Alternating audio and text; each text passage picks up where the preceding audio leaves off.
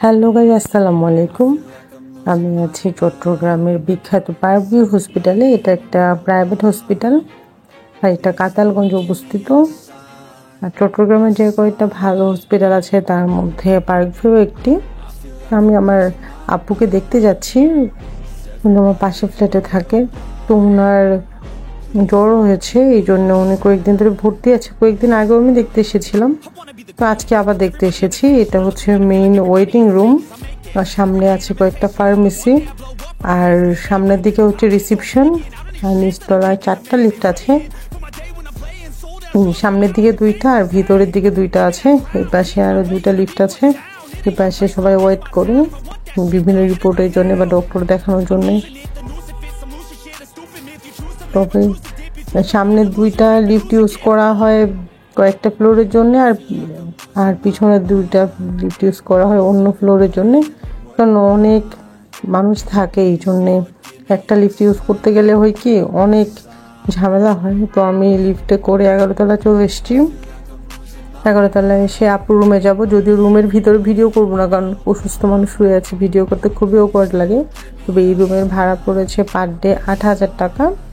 আর medicine এগুলো মিলিয়ে সব মিলিয়ে 10,000 12,000 চলে যায়। তো আমি নখ দিচ্ছি আপুকে দরজাটা খোলার জন্যে।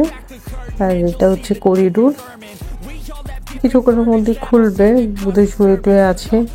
এক রুমে প্রবেশ করে দেখলাম সে একজন ঝাড়ু দিচ্ছে, ক্লিনার। তো আমি আসলে খুব একটা ভিডিও করি না এই রুমের ভিতরে, আমি অনেকক্ষণ গল্প করলাম আপুর সাথে। তারপর আবার যখন বের হয়ে যাই তখন আসলে ভিডিওটা করেছি আমি এই হসপিটালের। তবে এই হসপিটালে যত বিশেষজ্ঞ দরকার, মানে মোটামুটি সব রোগেরই ট্রিটমেন্ট হয় এখানে, সব স্পেশালিস্টে আপনারা এখানে পেয়ে যাবেন। তবে এখানে বেড নেওয়ার সিস্টেমটা হচ্ছে আপনাকে প্রথমে জেনারেল বেডে ভর্তি হতে হবে, তারপর আস্তে আস্তে ভর্তি হওয়ার, যারা আগে ভর্তি হয় তাদেরকে আগে বেডে দিয়ে, বেড বলতে বোঝাচ্ছে একদম কেবিন আর কি। কিন্তু এখানে এত রুগী হয়, দেখা যায় কি ভর্তি করানোর জন্য এরকম আলাদা করে কেবিন রুম পাওয়া যায় না। এত বড় হসপিটাল, তাও দেখা যায় যে রুমের ক্রাইসিস থাকে। আমি নিচে যাব, নিচে যাওয়ার জন্য ওয়েট করছি।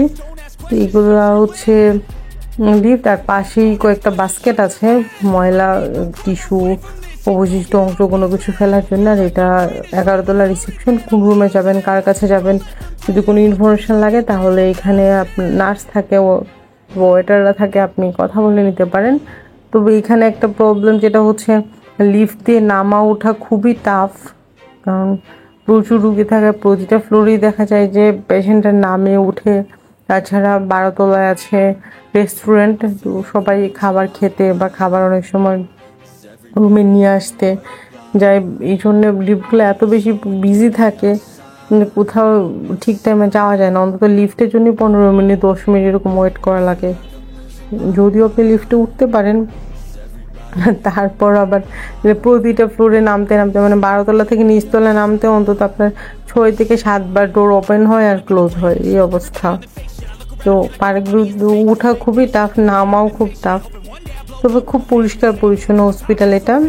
অনেক সময় হয় যে হসপিটালে একটা বাজে স্মেল থাকে, এই হসপিটালে কোনো বাজে স্মেল নেই। সবসময় এয়ার ফ্রেশনার ইউজ করার জন্য খুব ভালো একটা স্মেল থাকে। এখানে যে কেবিন রুমগুলো, এই বড় রুমগুলোকে বলে ডিলাক্স, এগুলোর প্রাইস 8 থেকে 10,000 টাকা পার ডে। আর মেডিসিনের কস্ট এগুলো তো নিজেরই বেয়ার করতে হয়। তবে এখানে কিন্তু মেডিসিনের কস্টিং অনেক বেশি।